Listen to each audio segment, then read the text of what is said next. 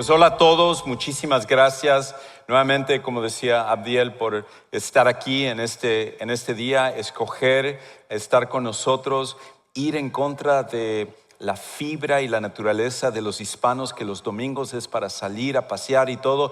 Tú escogiste venir acá, así que gracias por hacerlo. En especial, si tú eres nuevo aquí, súper agradecidos de que nos has regalado tu tiempo el día de hoy para acompañarnos. Gracias a todos ustedes que nos sintonizan en línea y por participar y compartir nuestro contenido. Súper agradecidos con ustedes también. Y aquellos de ustedes que están viendo este mensaje posteriormente, gracias por hacerlo también. Estamos en medio de una serie donde estamos estudiando una porción del libro de Apocalipsis. Y cuando las personas escuchan Apocalipsis, automáticamente se van se llenan de un poco de temor, porque piensan que es el libro que trata acerca de las plagas y acerca de los juicios y los símbolos y estos animales extraños, y que todo eso es algo que nos debe de llenar de temor. Pero la realidad es que Apocalipsis, que es un libro que está lleno de simbología y todo, está diseñado para ayudarnos a entender cómo va a terminar la historia y para llenarnos de confianza. Y lo que vamos a hacer, y estamos haciendo en esta serie, es que estamos estudiando la primera parte, los primeros 2 capítulos del libro de Apocalipsis, para ver lo que Jesús escribió a 7 iglesias que existían en el tiempo en el cual el apóstol Juan, que fue el autor de este libro de Apocalipsis, que Jesús le mandó a él a escribir a estas iglesias. Y lo que estamos haciendo es aprendiendo principios que lo que Jesús le dijo a cada iglesia, nosotros podamos compararnos con esas iglesias y asegurarnos de que si nosotros estamos cometiendo los mismos errores, si nosotros estamos haciendo bien las cosas como ellos, que podamos aprender y podamos aplicar esos principios para nuestra iglesia también, para cada uno de nosotros que individualmente formamos la iglesia. Y hoy vamos a ver la segunda carta que fue mandada a otra iglesia y lo que Jesús nos dice también a nosotros como Sugar Creek. Ahora, quiero comenzar con algo que es un problema recurrente que nosotros encontramos, sobre todo para seguidores de Jesús, para cristianos en los Estados Unidos. Pero se da en otros lados también, pero sobre todo esta es una característica del lugar donde la mayoría de los que estamos acá hemos venido de otros países, que hemos emigrado para este país y encontrar el sueño americano. Hay un problema que nos afecta hacia nuestro cristianismo, y es esto: que demasiadas personas quieren a Jesús solamente por conveniencia. Demasiadas personas quieren a Jesús, piensan seguir a Jesús, pero solamente por la conveniencia, solamente por los beneficios. A veces las personas dicen, bueno, yo voy a empezar a venir a la iglesia o voy a buscar de Dios porque mi matrimonio está mal, o a lo mejor porque estoy pasando por depresión, o quizás es porque hay una enfermedad que están padeciendo y que necesitan sanidad de esa. A lo mejor tiene que ver con alguna otra situación de familia que ellos necesitan que Dios intervenga. Y por un lado, no es de que Dios no puede intervenir en esas cosas o que Él no está preocupado de esas cosas, pero si nuestra fe está basada solamente en los beneficios que recibimos, el problema es que tarde o temprano nuestra fe cae como en una especie de fe superficial. Y el problema con la fe superficial es que la fe superficial se acaba rápidamente. La fe superficial se acaba rápidamente. Sucede como con cualquier otra área de nuestra vida. Si nosotros solamente acudimos a un lugar por los beneficios, entonces el momento en el cual sentimos que los beneficios se acaban, también se acaba nuestro interés en ese lugar. Por ejemplo, piensa en tu restaurante favorito. Si tú acudes ahí porque te encanta la comida, porque te encanta el servicio, te encanta el ambiente, los precios, lo que sea, en el momento en el cual tú vas a ese restaurante y resulta que la comida ya no está tan buena, o subieron demasiado los precios, o la atención es pésima, Entonces es el momento en el cual decides ya no regresar a ese restaurante, porque solamente estás pensando en tu beneficio personal, en recibir la comida que quieres o el servicio que tú estás buscando. Si nosotros tratamos al cristianismo de esa manera, si tratamos el seguir a Jesús simplemente pensando en cuál es mi beneficio, cuál es mi comodidad, el momento en el cual no tenemos eso, entonces nuestro cristianismo, nuestra fe se convierte en una fe superficial. Y las personas que tienen una fe superficial, esa se va a acabar rápidamente. La Biblia, en cambio, es clara, y sobre todo Jesús, en decir de que hay un costo muy alto en seguirle a Él. Hay un costo súper alto. Nosotros recibimos al final la fe gratuitamente, pero el costo de seguir a Jesús es altísimo. De hecho, el costo de verdaderamente seguir a Jesús incluye todo lo que tenemos. Todo lo que tenemos. Es por esa razón de que si yo te preguntara algo incómodo, pero algo que todos necesitamos cuestionar acerca de nosotros. Si yo te preguntara, si tú perdieras tu trabajo, si perdieras tu familia, si perdieras tus recursos económicos, si perdieras inclusive tu vida, ¿estarías de cualquier manera dispuesto a seguir a Jesús para pagar ese costo? La realidad es de que muchas veces nosotros como seguidores de Jesús podemos caer en esa superficialidad, donde solamente lo que Jesús nos da es la única motivación por la cual venimos a una iglesia o buscamos a Dios o leemos la Biblia. Pero esa fe es superficial e inmadura. Y la Biblia lo que nos dice constantemente es que seguir a Jesús nos va a costar todo. Esa realidad choca con nuestra experiencia aquí en Estados Unidos. Porque para nosotros, por ejemplo, el sufrimiento que viene sobre todo de la persecución es algo que nosotros no vivimos casi. Pero para personas en otros lados del mundo, eso es una realidad diaria. De acuerdo a las últimas estadísticas que han salido este año, en este momento existen 365 millones de cristianos que están siendo perseguidos en el mundo. Eso significa que ellos están pasando por perder sus empleos, por ser amenazados físicamente, torturados en muchos casos, perder a su familia o que se amenace a su familia e inclusive perder su propia vida. 365 millones de cristianos en todo el mundo en este momento están padeciendo eso. Eso significa que el 16% de todos los cristianos actualmente están pasando por algún tipo de verdadera persecución.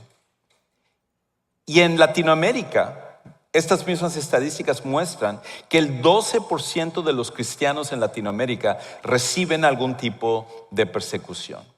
Por ejemplo, los carteles de narcotráfico se han dado a la tarea de detectar y agarrar de blanco a los cristianos porque piensan que cuando van secuestrando a un cristiano o le hacen algún daño a un cristiano, la iglesia muchas veces va a aportar para que se le pueda rescatar. Inclusive los carteles han estado últimamente, y quizás no tan último, ya algunos años, pero han estado agarrando de blanco a los pastores y los líderes de iglesias precisamente para extorsionar a la iglesia de dinero. Y esto sucede en México y ahora se está dando en muchos otros países de Latinoamérica.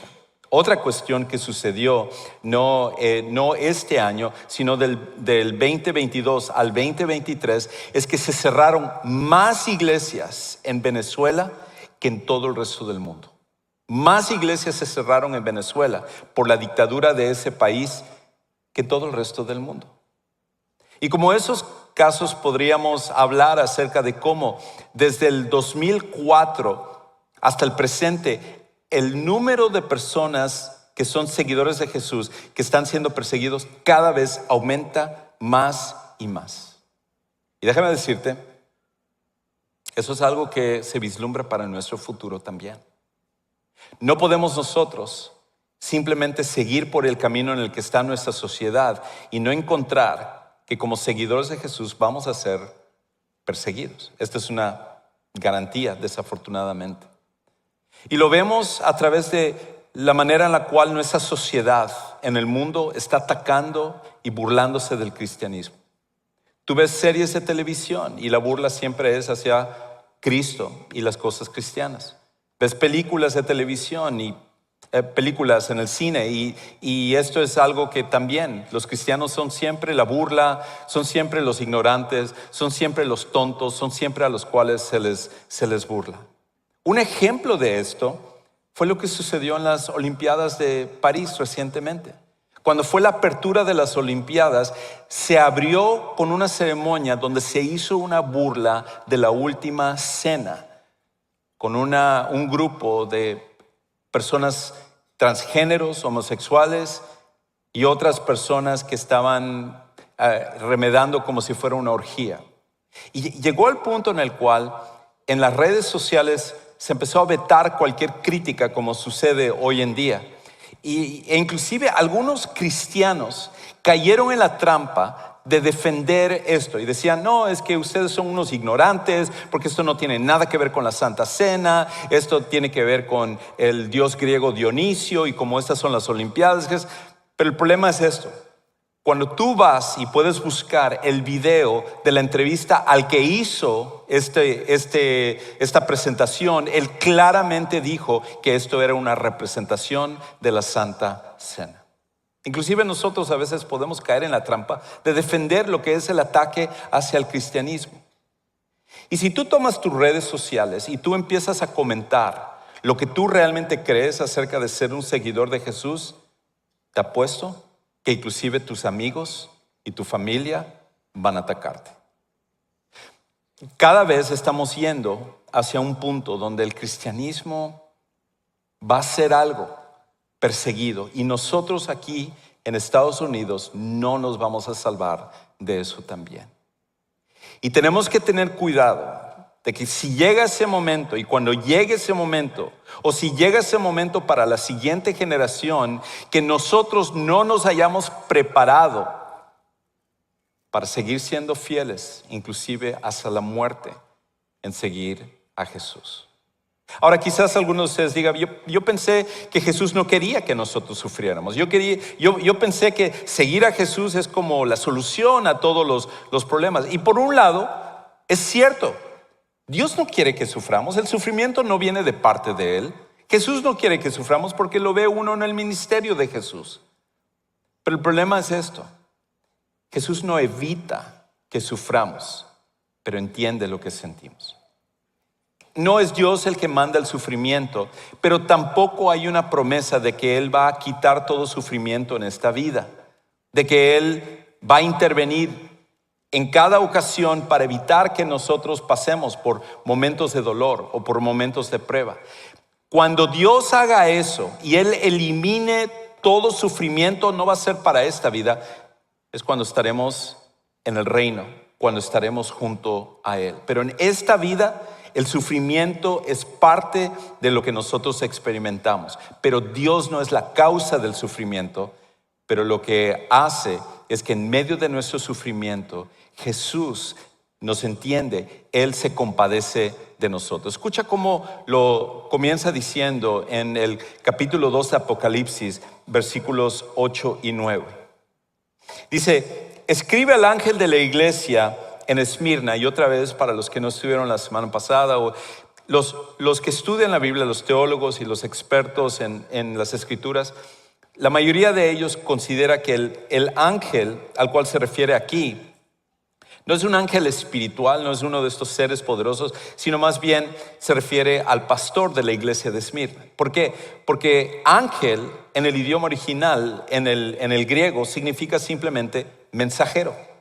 Y está diciendo al mensajero que está sirviendo en la iglesia de Esmirna. Entonces dice esto: el primero y el último, el que estuvo muerto y ha vuelto a la vida, dice esto. En otras palabras, cada carta, Jesús habla acerca de ciertas características o ciertos actos o ciertas cosas acerca de Él mismo. Jesús es el primero y el último. En otras palabras, Él es el principio y el final de todas las cosas.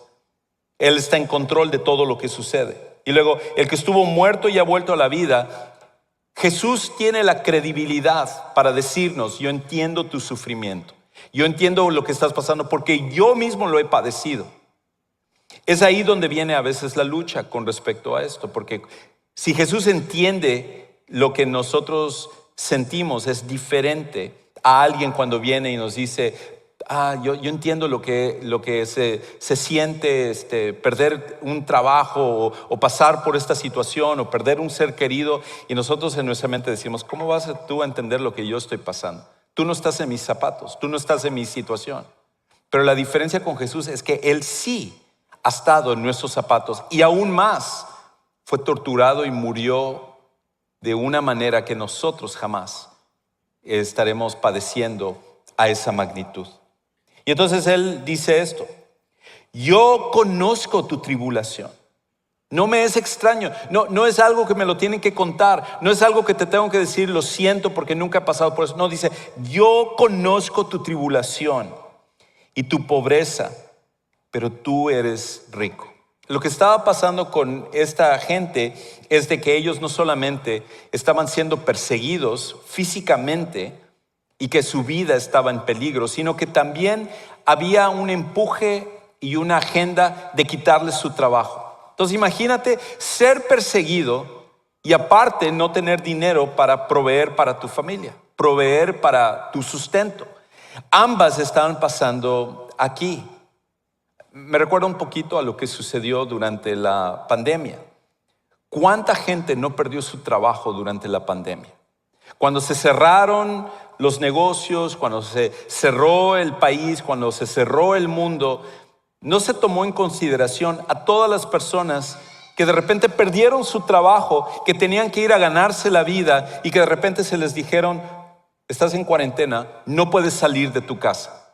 Y mucha gente empezó a pensar: ¿y ahora cómo me gano la vida? Si no puedo salir a trabajar, ¿qué puedo yo hacer? Y había una desesperación. Y si eso hubiera continuado, hubiera tronado más a nuestra sociedad, cuando al final vemos los resultados no eran a favor, sino que en realidad estaban hechos para perjudicar.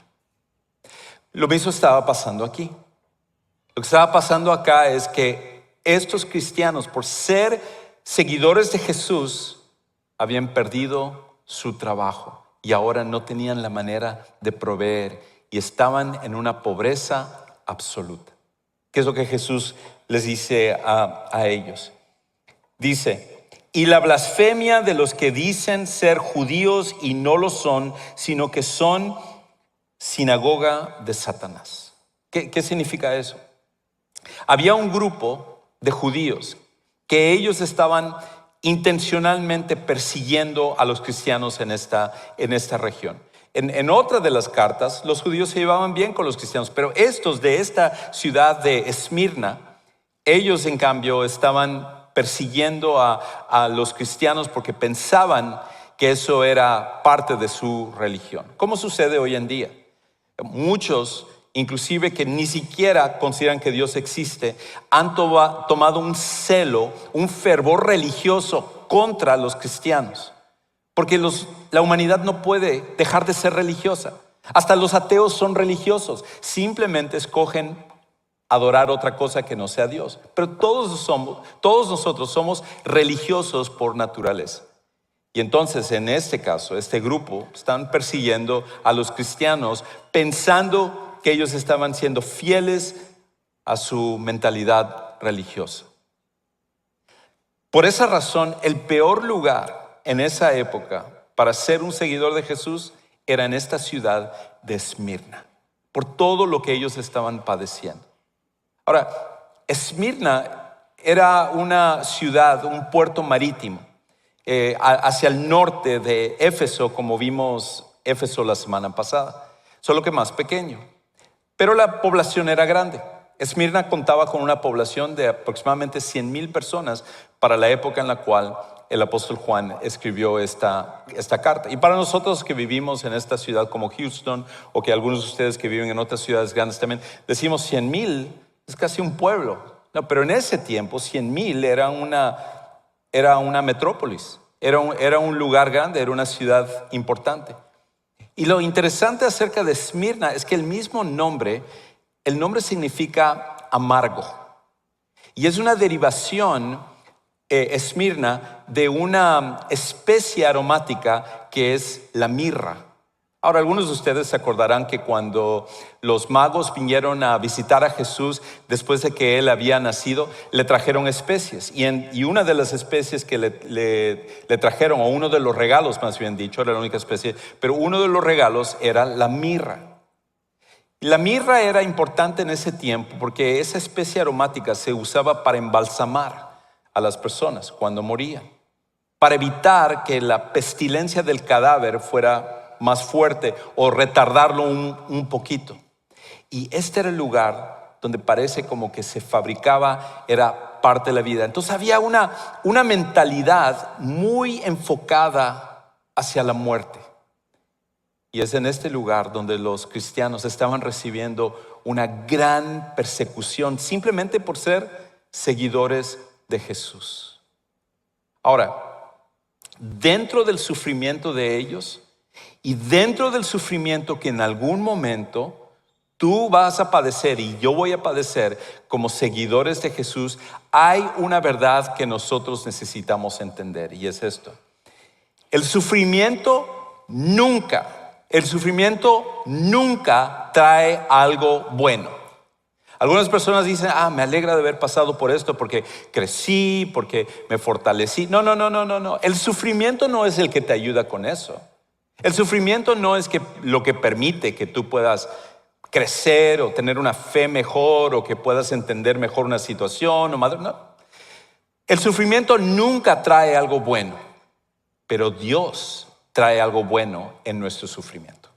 Y eso es lo que muchas veces equivocadamente hacemos.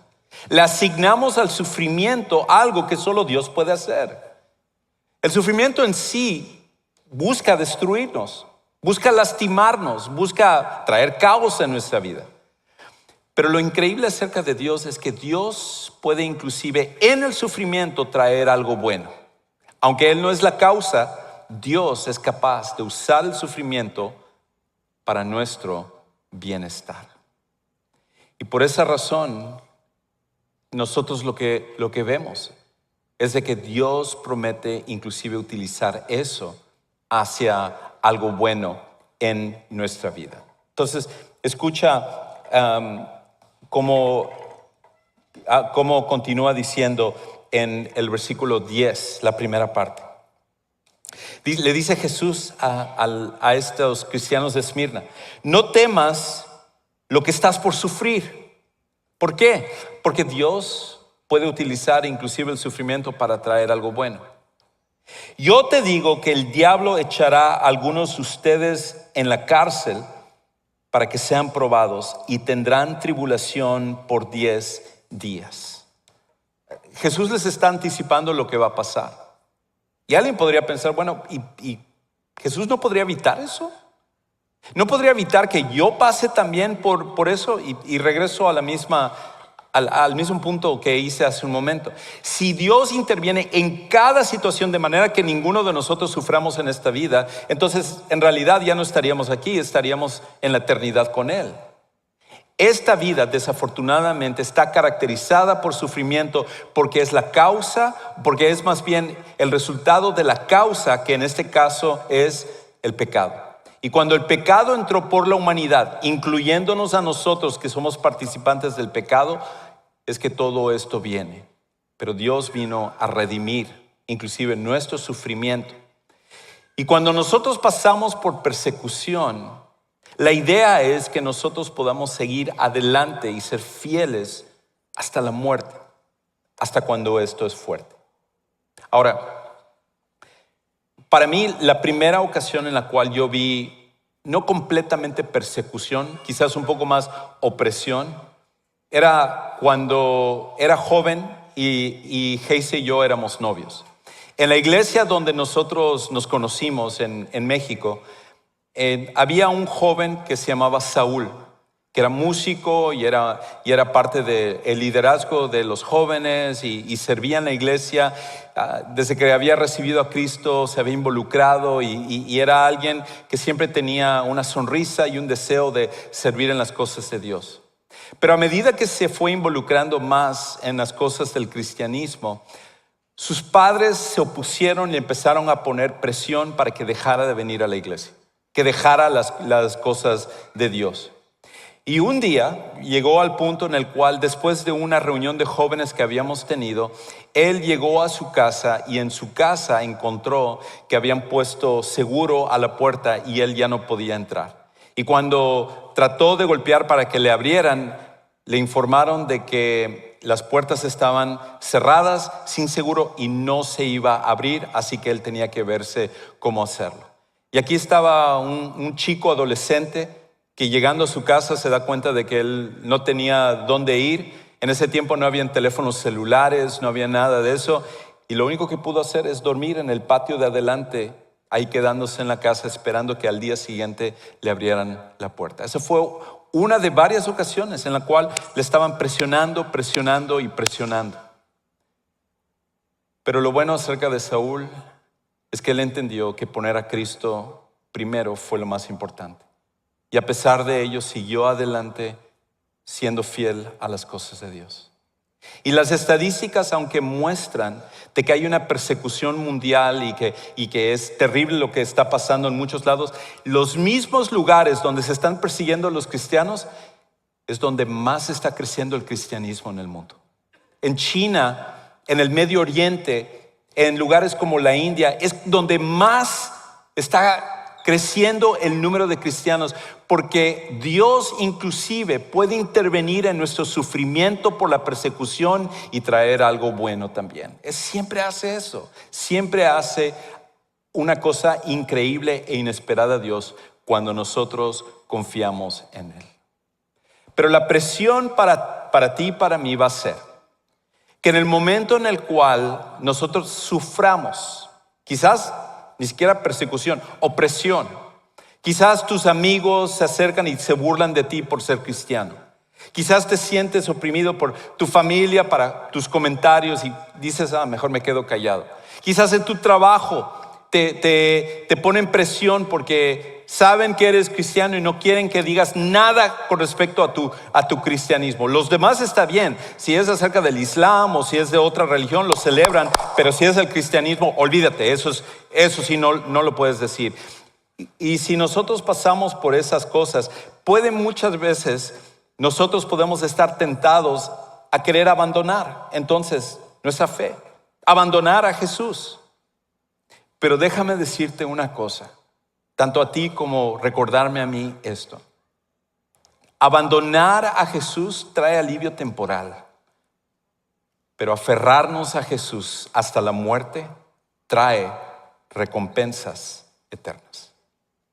Cuando nosotros decidimos abandonar a Jesús en el momento en el cual recibimos opresión o persecución, quizás va a venir un alivio temporal por un momento, pero estamos nosotros cambiando ese alivio temporal por recompensas eternas. Escucha cómo Jesús entonces continúa diciéndole a la iglesia de Esmirna.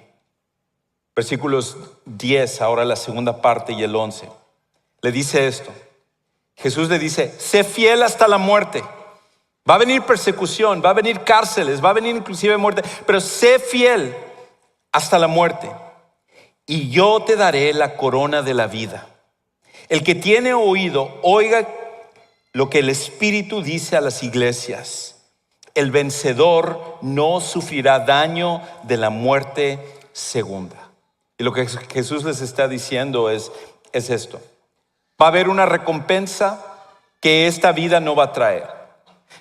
Nosotros, aunque vivamos una vida larga, si vivimos 80 años, si vivimos 90 años, si vivimos más de 100 años como una persona de nuestra congregación, pero nosotros abandonamos nuestra fe, entonces lo único que nos espera es lo que esta vida puede ofrecer. Pero ¿qué tal lo que viene en la eternidad? No hay ninguna seguridad. Pero en cambio, cuando nosotros nos aferramos a seguir a Jesús en esta vida, Jesús no nos abandona hasta en nuestro momento de sufrimiento, de persecución, y aparte nos garantiza lo que viene en la eternidad. Y eso nos ayuda a seguir adelante. Y entonces Jesús dice, el que me sigue y es fiel hasta la muerte no va a tener una segunda muerte. ¿A qué se refiere? Primera muerte todos vamos a pasar. No importa que tú seas un seguidor de Jesús, un ateo, un escéptico, un budista, un musulmán, no importa cuál sea tu creencia. Todos tenemos que pasar por una primera muerte. Este cuerpo se va a acabar. No importa qué tanto lo cuidemos, no importa qué tanto nos esmeremos en alargar nuestra vida. Un día todos nosotros vamos a morir. Es la primera muerte que todos tenemos que pasar. Pero la segunda muerte tiene que ver con ser separados de Dios por la eternidad. Y cuando nosotros ponemos nuestra fe en Jesús para que Él nos salve y nosotros somos fieles en seguirle el resto de nuestra vida, no tenemos que preocuparnos de una segunda muerte, porque Jesús ha conquistado la muerte y Él nos da esa seguridad y esa victoria para toda la eternidad. Y Jesús entonces le dice eso a la iglesia de Esmirna. Y nos lo dice a nosotros también, para que en medio de la opresión o de la persecución, nosotros sigamos siendo fieles hasta la muerte. Esto es naturaleza humana. Nos lo dice para que nosotros podamos entender lo que viene. Y yo leía un experimento que hicieron hace algún tiempo, donde tenían dos grupos de personas. Y en cada grupo les hacían pasar por una prueba. Y la prueba era que tenían un contenedor con agua heladísima. Y en esta primera prueba tenían que meter la mano en el agua helada, pero no les decían a las personas cuánto tiempo debían de meter su mano. Luego tenían que repetirlo, pero esta vez el segundo contenedor tenía agua más helada que la primera, pero la diferencia es que les decían que solamente era 30 segundos y entonces podían sacar su mano. Y luego tenían la tercera prueba, y la tercera prueba era esto. Tenían que escoger si querían la primera o si querían repetir la segunda. ¿Cuál de las dos? Y lo interesante acerca de la prueba es que el 69% de los que llegaron a esa tercera opción decidieron la segunda.